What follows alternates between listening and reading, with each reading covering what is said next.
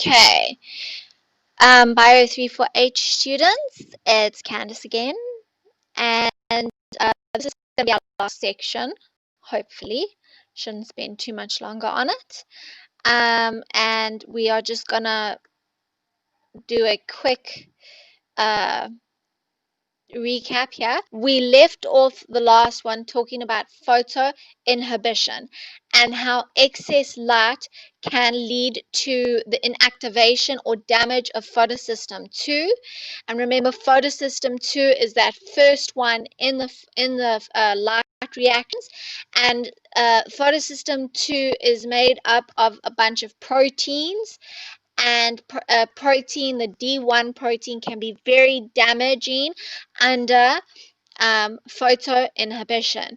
We then discussed this idea of dynamic photo inhibition, where it can be reversed, where it's moderate, it's excessive light, but it's not it, it it's not going to damage it to a point of where the photosystems can't recover, whereas opposed to chronic photo inhibition, it's damaged, photosynthetic rates are damaged and decrease, and the plant rates growth decreases as well.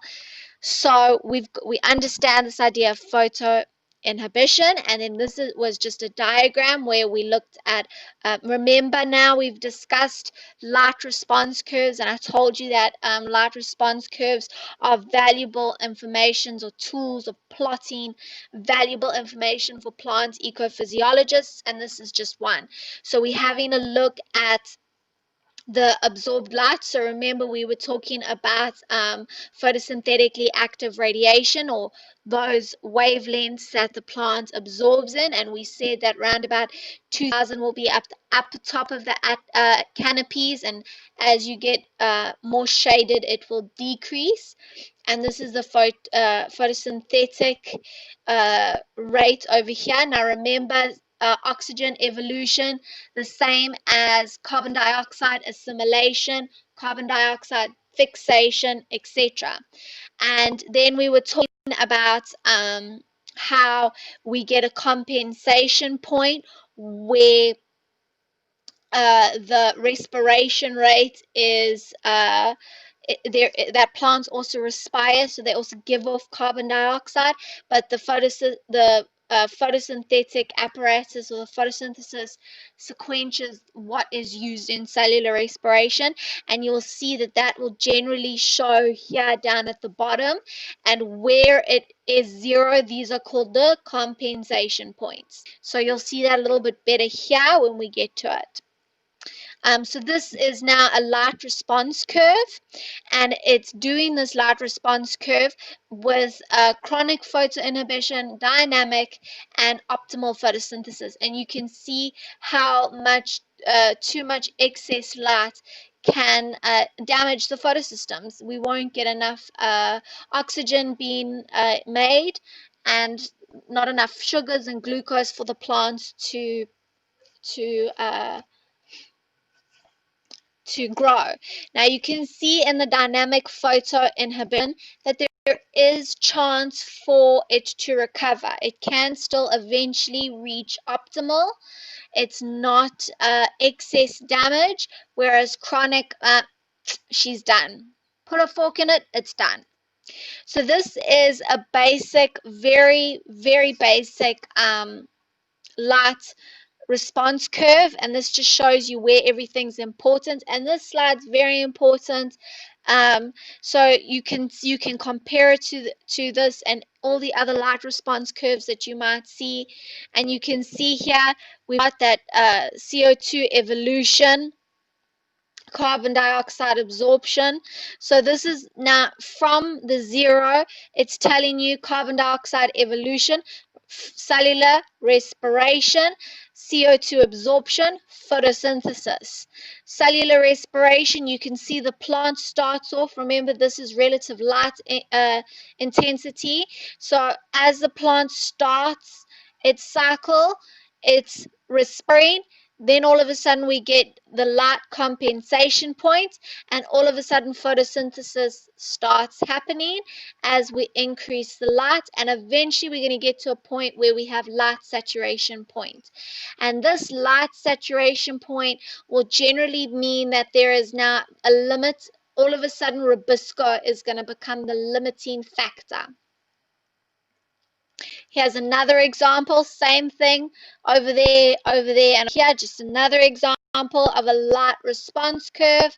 And you can see the light compensation. Here, instead of carbon dioxide evolution, they say dark respiration or respiration, cellular respiration, which we know occurs. And in this phase, it will give off carbon dioxide, and in this phase, it will give off oxygen.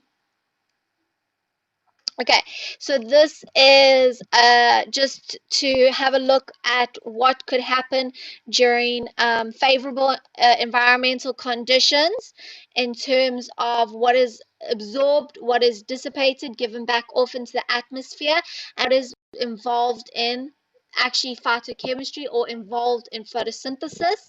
And you can see under ideal conditions, we've got a nice line here of photons that are involved. If we have stressful conditions, you can see over there down at the bottom, nothing gets absorbed, involved in photosystem, because the chances are the environmental stress has damaged the photosystems or has damaged the photosynthetic apparatus. And generally, the damage will occur at the light reactions and not the Kelvin-Benson cycle. The damage occurs mainly at the light reactions, especially that photosystem 2.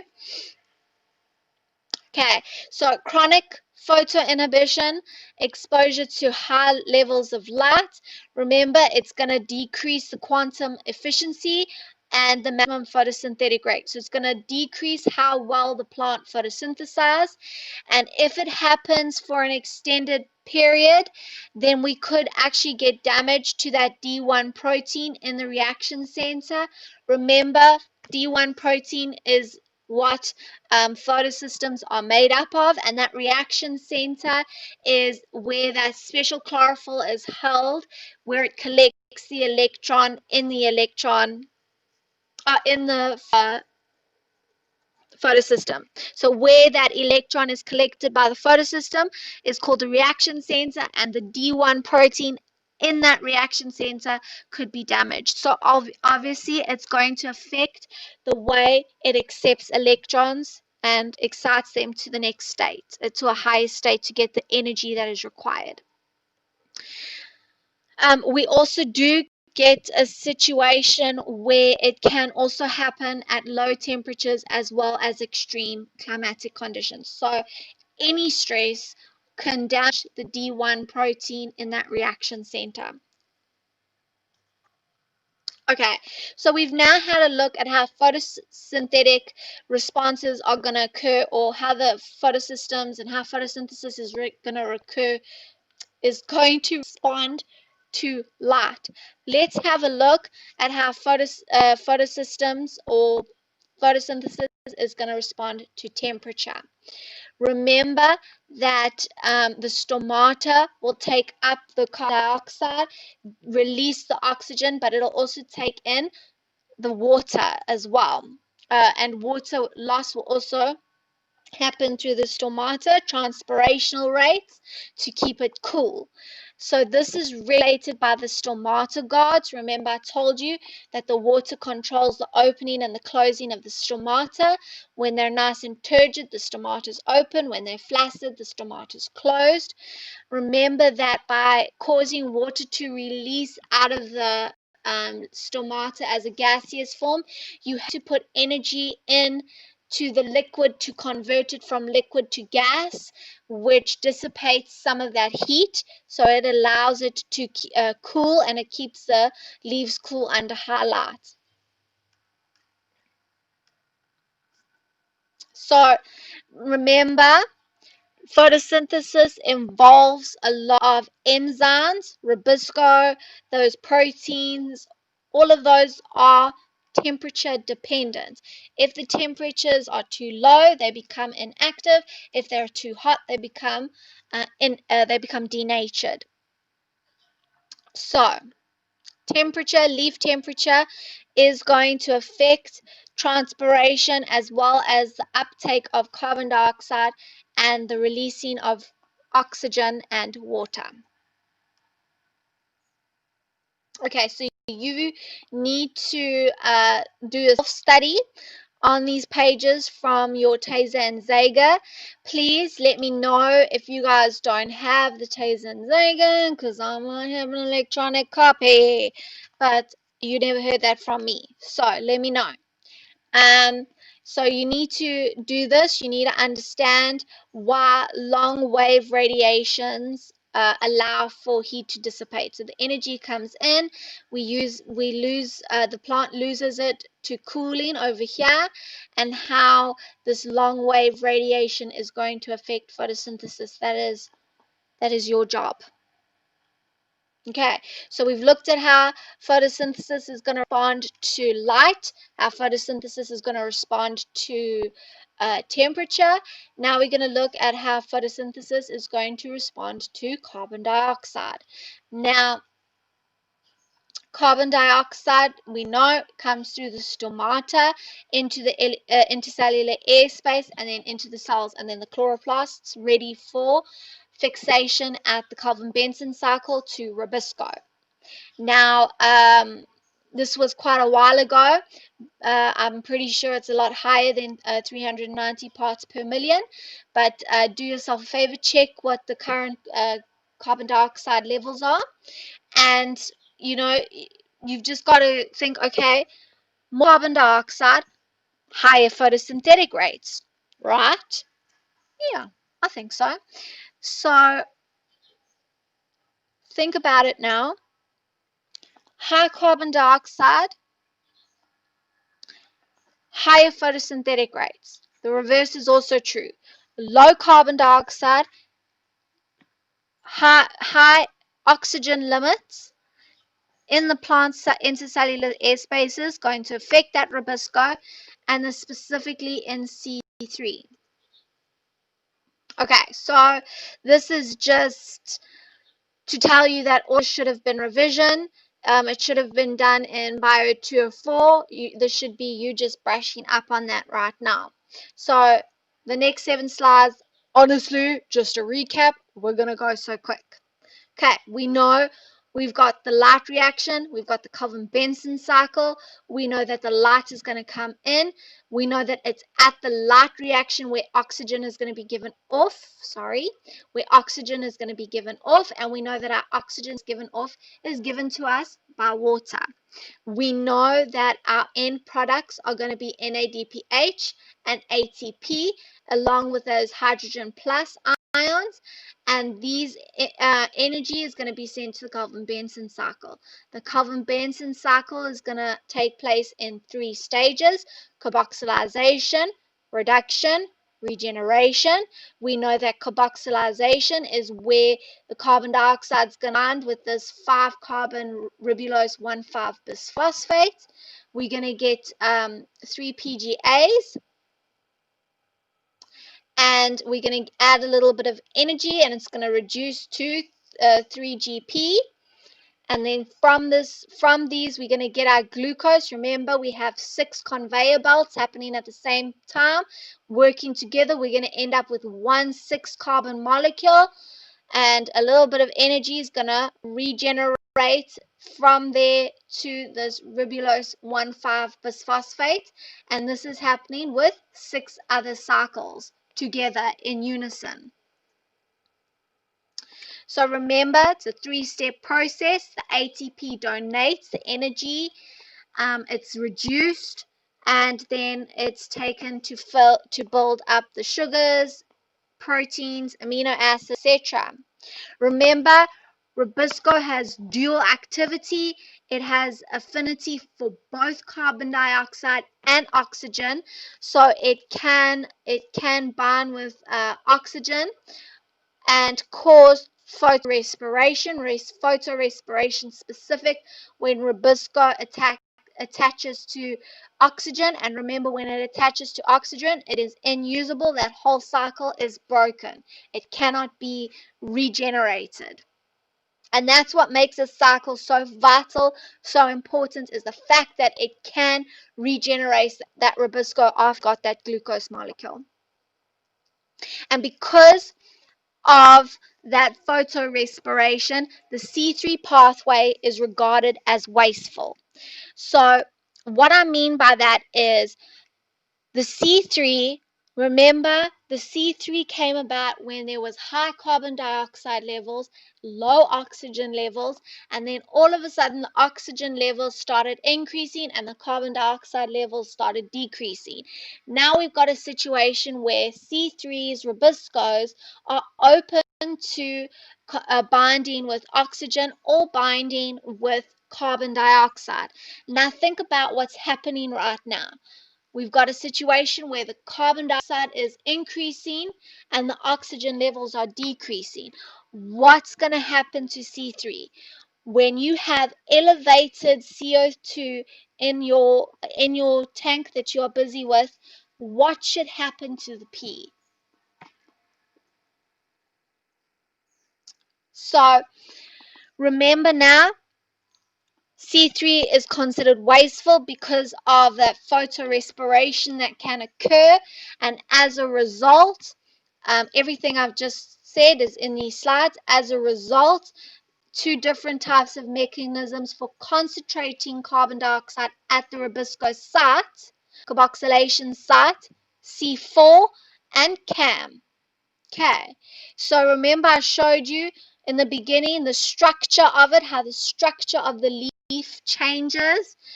So here we've got our C3, the Calvin-Benson cycle, and the light reaction happens in these mesophyll cells, whereas in the C4 leaves, the light reaction is going to occur in the mesophyll cells. It's going to form a compound,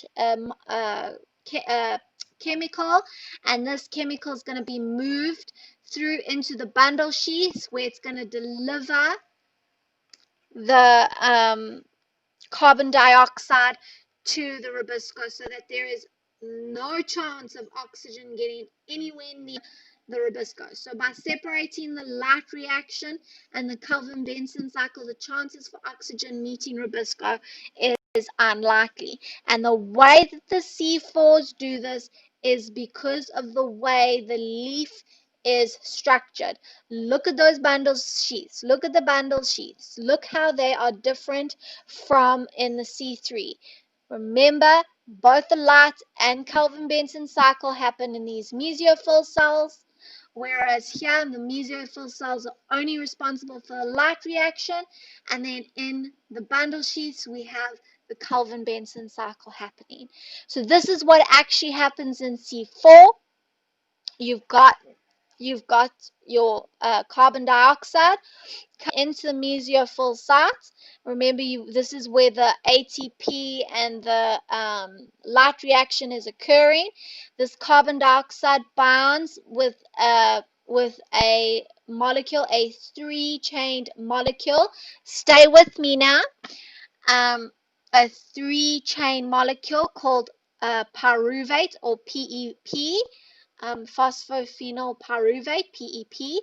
So the CO2 comes there, it combines with a 3-carbon molecule to make a 4-carbon molecule, 4-carbon molecule. So that's how we get C4. We've got the carbon dioxide coming in, the light reactions occurring here, but with carbon dioxide coming in, it's binding with PEP. It's forming a 4-carbon molecule, oxoalysate. It's been transformed into malate, and malate acts as the taxi. This malate is specifically designed to transfer from the mesophyll to the bundle sheath. It breaks down back into pyruvate, and it releases the carbon dioxide into the Calvin-Benson cycle, where it will combine here with rubisco. So we have carbon fixation, carbon assimilation happening twice in C4 whereas in C3, it only happens once. In C3, it only happens at the Calvin-Benson cycle with rubisco. Here, it happens to PEP. It goes into oxoalysate, malate. Malate transports it into the bundle sheaths. It releases the carbon dioxide and turns back into pyruvate. Pyruvate comes back. We add a little bit of ATP to get it back into PEP so that it is ready to collect the next carbon dioxide molecule. And then we've got the second carbon fixation occurring here in our Calvin-Benson cycle. So the C4, it's C4 because we have the 4 carbon molecule being formed, and also we have 2 carbon fixation points. C3 because we have that C3 because we have the 3 phosphoglycerates occurring, and the triphosphate glyceraldehyde is all 3 here. Okay. And also, once you put the carbon input and you've got this 5 carbon plus 1 carbon, you have 6, it breaks up into 2, 3 PGAs. So that's where we get the 3 here for C3. Okay, so here's just another example of the C4. Exact same thing as the above. Carbon dioxide, PEP, malate, come out, separates, carbon dioxide goes to the Calvin-Benson cycle, pyruvate goes back, a little bit of energy back to PEP. Okay, so like I said, it fixes the atmospheric carbon into skeletons and moves it, and then allows it for rubisco to avoid oxygen binding with rubisco.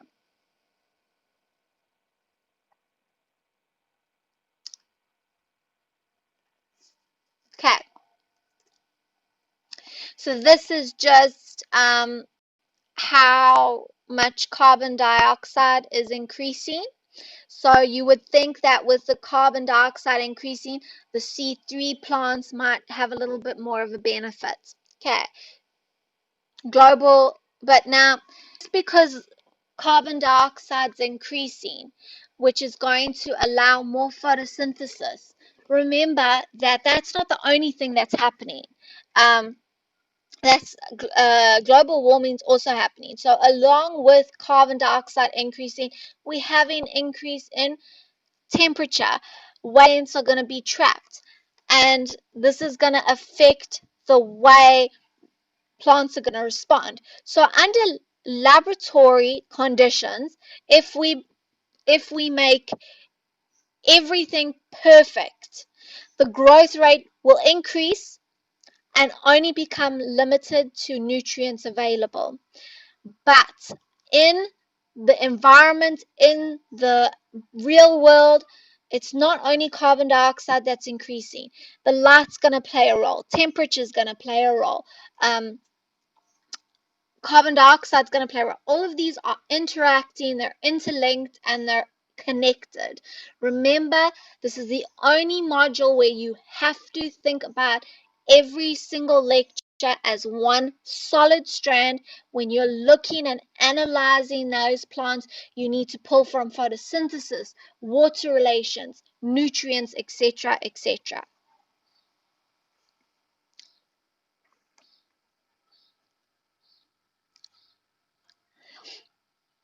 Okay, so obviously we need carbon dioxide to diffuse into the chloroplasts in order to photosynthesize. And remember that this means the stomata is the main entry point, and under stressful conditions, the stomata will close. If the stomata closes, we do not have an entry point for our carbon dioxide. We will increase the oxygen levels as photosynthesis is occurring, and then we're going to get problems if we are a C3 plant.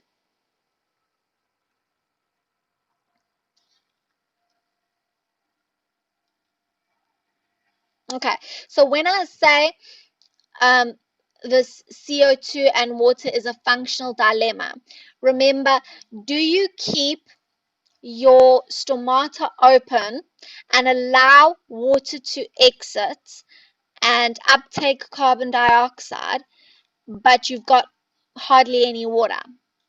Or do you close your stomata to prevent water loss and increase your oxygen levels, and you can't photosynthesize because you don't have any more carbon dioxide?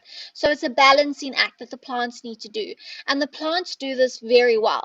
I can't tell when a plant needs to switch to the one from the other, but they can.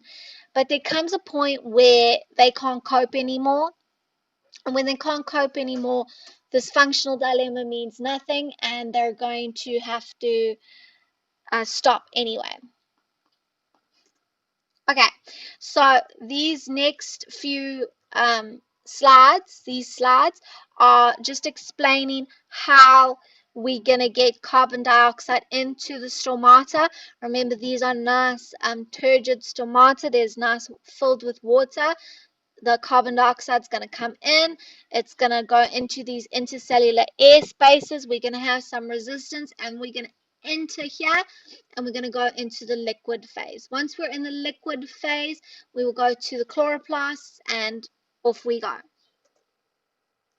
We do have a boundary layer of resistance. So here on the outside of the leaf, you have something called a boundary layer, and this provides resistance. So look at all the places where you're going to get resistance, where it's going to be difficult, and where it needs to go from one point to another.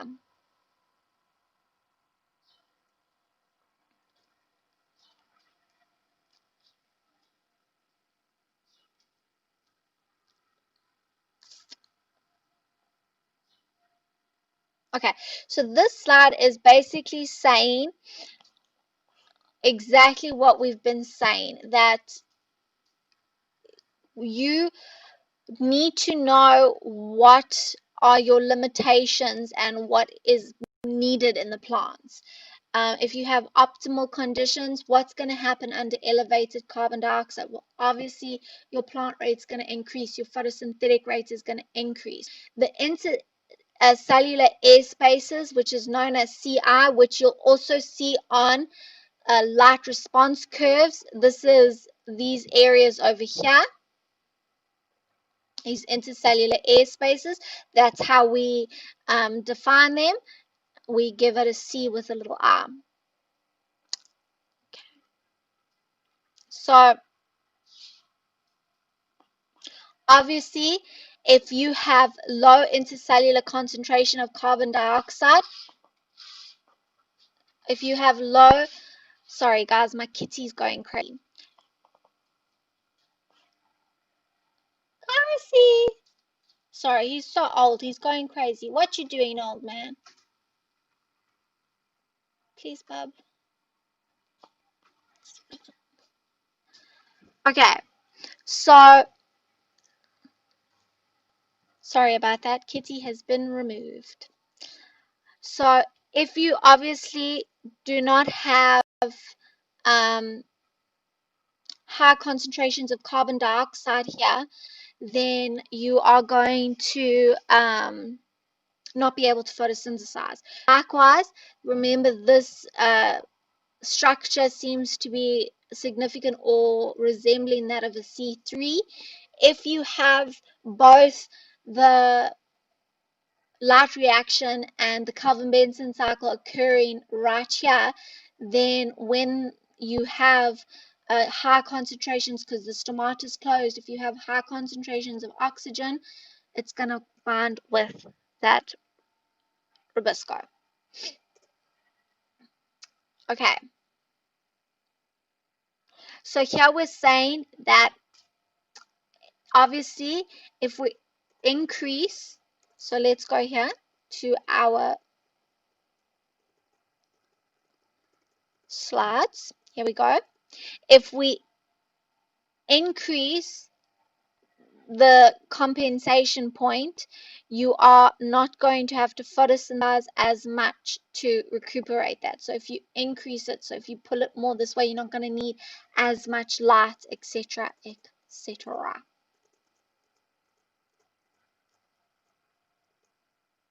Where am I? I got lost. And I'm found. Okay, so increasing carbon dioxide above the compensation point will enhance photosynthesis. It also is going to now be limited on the rubisco. So how much rubisco is going to determine how much you can fixate and obviously how much you can photosynthesize. And then all of a sudden you become limited. So remember, I said, jumping all the way back, I said that as you come up, all of a sudden, as you get here, you're not going to be light limited, you're going to be rubisco limited. Okay. These light response curves are very important. And so, yes, okay. So, obviously, we've got this idea of this concept that C3 plants may benefit more from elevated carbon dioxide than C4 because C4 has this ability to take the carbon, to pick the carbon dioxide from the crowd of oxygen, and C4 plants can still function very well under low concentrations of carbon dioxide. Um, and so this is an example now of, again, a light response curve comparing a C3 and a C4. Remember the compensation point. Look where the compensation point for C4 plants are. You barely need, now remember this one is not a light response curve. This is a CO assimilation response curve. See cellular things. We barely need any, we hardly need any carbon dioxide in the C4 plant, in those intercellular air spaces for the C4 plant to start. Whereas for C3, we need about 10 parts, we need 10 particle pressure of carbon dioxide for it to start assimilating for the C3. And it also takes the C4 not that long to reach its maximum fixation of carbon dioxide, whereas C3 seems to like it can go on. So what I'm saying is that C4 plants, because of the high oxygen level, had to evolve to be more efficient under these low carbon dioxide levels. But C3 plants are actually able to photosynthesize more and surpass C3 plants if possible. So what you should be finding is that your P maybe not have the longer roots, maybe not have the bigger leaves in terms of morphology, but in terms of those relative growth rates, it should be more. There should be more growth rate than in maize. Okay, so you need to see how the responses C4 and CAN plants are and how photosynthesis and respiration will change in the future conditions under elevated carbon dioxide. But not only that, you need to be able to also add temperature, light, and other factors in there as well, other climate change factors in there as well. Do not study these sections. We don't want you to die. Okay, so that is it. Just this slide is very important.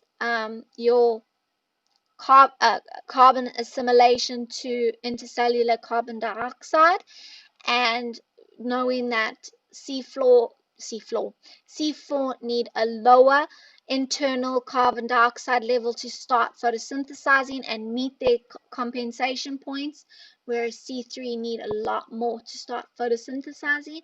C4 also reach their maximum a lot quicker than C3, but C4 start becoming rubisco limited very quickly, whereas C3 plants don't. Okay, so that is it for this section. I hope you liked it. I love photosynthesis. If you have any questions, guys, please email me. Please see me in the practicals. I don't want you guys to feel like you can't ask me any questions about this section, you really can.